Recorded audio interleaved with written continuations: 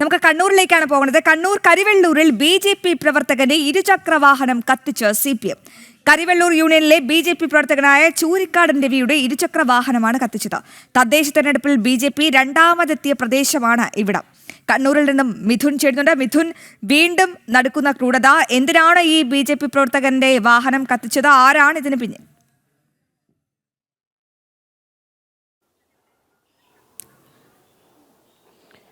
അശ്വതി, ഇന്ന് രാവിലെയാണ് ഇത്തരമൊരു സംഭവം ഉണ്ടായത്.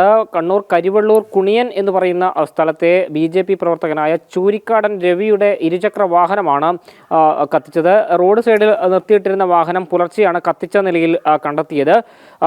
BJP ശക്തമായി വളർന്നുകൊണ്ടിരിക്കുന്നൊരു പ്രദേശമാണ്. CPMന്റെ ഒരു ശക്തി കേന്ദ്രമാണെങ്കിൽ പോലും കഴിഞ്ഞ തദ്ദേശ തെരഞ്ഞെടുപ്പിലടക്കം ശക്തമായ വോട്ട് വിഹിതം നേടിക്കൊണ്ട് BJP ഒരു വളർച്ച കൈവരിക്കുന്നുവെന്ന് പുറം ലോകത്തെ അറിയിച്ചൊരു പ്രദേശം കൂടിയാണ്. എന്താണ്ട് 300-ലേറെ വോട്ടുകൾ നേടി CPMന്റെ ശക്തി കേന്ദ്രത്തിൽ രണ്ടാമതെത്തിയിരുന്നു. മാത്രമല്ല, കഴിഞ്ഞ കുറച്ച് ദിവസങ്ങളായി അവിടെ ചെറിയ ചെറിയ സംഘർഷങ്ങൾ ഉണ്ടാക്കാനുള്ള ശ്രമം CPMന്റെ ഭാഗത്തു ഉണ്ടാകുന്നു എന്നൊരു ആരോപണം കൂടിയുണ്ട്. അതിന് തൊട്ടു പിന്നാലെയാണ് ഇന്ന് രാവിലെ ഇപ്പോൾ ഈ ചൂരിക്കാടൻ രവി എന്ന BJP പ്രവർത്തകന്റെ ഇരുചക്ര വാഹനം കത്തിച്ച നിലയിൽ കണ്ടെത്തിയത്. CPM ഈ പ്രദേശത്ത് മനഃപൂർവ്വം സംഘർഷം ഉണ്ടാക്കാനുള്ള ശ്രമം ഉണ്ടാക്കുകയാണ് എന്നൊരു ആരോപണമാണ് ഇപ്പോൾ BJPയുടെ നേതൃത്വമടക്കം ഉന്നയിച്ചിരിക്കുന്നത്.